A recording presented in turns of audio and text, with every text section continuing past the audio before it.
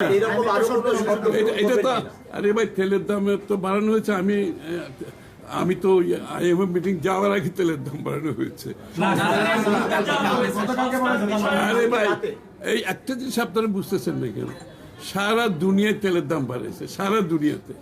বাংলাদেশ একটি দেশ যেখানে শেষ পর্যন্ত আমরা বাড়াইনি, বাংলাদেশের জনগণের স্বার্থ সংরক্ষণ করে তাদের কথা মাথায় রেখে আমাদেরকে সবাই বলছে আপনারা তেলের দাম বাড়াচ্ছেন না কেন, আপনার তো তহবিল খালি হয়ে যাচ্ছে। তেলের দাম না বাড়লে সরকার দেশ চালাবেন কি করে? সুতরাং আমরা শেষ পর্যন্ত যতটুকু পেরেছি আমরা সরকারের পক্ষ থেকে বাড়াই না। আইএমএফ এর সাথে আমার কথা শুনেন, আইএমএফ এর সাথে দাম বাড়ানোর কোনো সম্পর্ক নেই। আমি পরিষ্কার ভাষায় বলছি, এটা বরঞ্চ আমরা দামও কিন্তু বেশি বাড়াইনি। অন্যান্য দেশে আমি বলি আমেরিকাতে দাম দ্বিগুণ হয়ে গেছে, শ্রীলঙ্কায় 25% হয়ে গেছে। তারপরে আমরা যতটুকু বেরিয়েছি খুবই নগণ্য। এইটা বাড়াতে হয়েছে শুধুমাত্র আমাদের তহবিলের উপর এত প্রেশার আসতেছে। আমাদের তো বাকি প্রোগ্রাম চালাতে হবে, দেশের অর্থনীতি চালাতে গেলে আগামী দিনে বাজেট আসছে, তাই না? সুতরাং এটা মাথায় রেখে আমাদেরকে এই সিদ্ধান্ত নেওয়া হয়েছে, তাও খুব কম বাড়ানো হয়েছে। আপনি দেখবেন তুলনামূলকভাবে বিশ্বের মূল্যস্ফীতি কোথায় যাবে এই তেলের মূল্য বৃদ্ধির ফলে? মূল্যস্ফীতি তো বাড়তেই পারে, আবার নাও বাড়তে পারে। এটা তো আপনার একটা রমজানের সময় যে যখন মুদ্রাস্ফীতি না এটা তো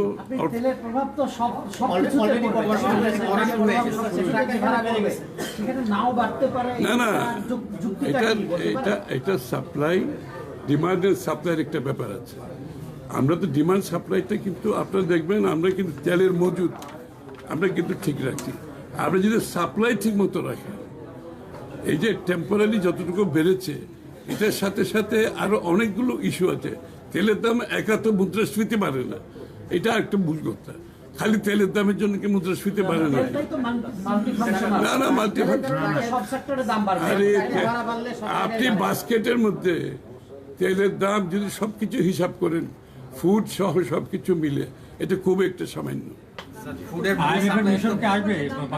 আসবে আইএমএফ এর মিশন আসবে, ওয়ার্ল্ড ব্যাংকের মিশন আসবে, এডিবির মিশন আসবে, ইন্টারন্যাশনাল ইনফ্রাস্ট্রাকচার ব্যাংকের আসবে, আইডিবির আসবে, সবাই আসবে। কারণ সবাই এই সরকারকে সমর্থন দিতে চায়, সবাই এই নির্বাচিত সরকারের সাথে কাজ করতে আগ্রহী। সবাই বুঝতেই পারছে এই সরকারের যে নির্বাচনী ইশতেহার, এটার সাথে সবাই অ্যালাইন্ড। কিন্তু এই সরকারের নির্বাচনী যে ইশতেহারের সাথে সবাই অ্যালাইন্ড, কিন্তু এর মধ্যে তো বিভিন্ন আলাপ আলোচনা থাকবেই, স্বাভাবিক, তাই না? তারা সন্তুষ্ট নাকি কোনো উদ্বেগ জানিয়েছে এই বিষয়টা নিয়ে? তারা কোনো সংস্কার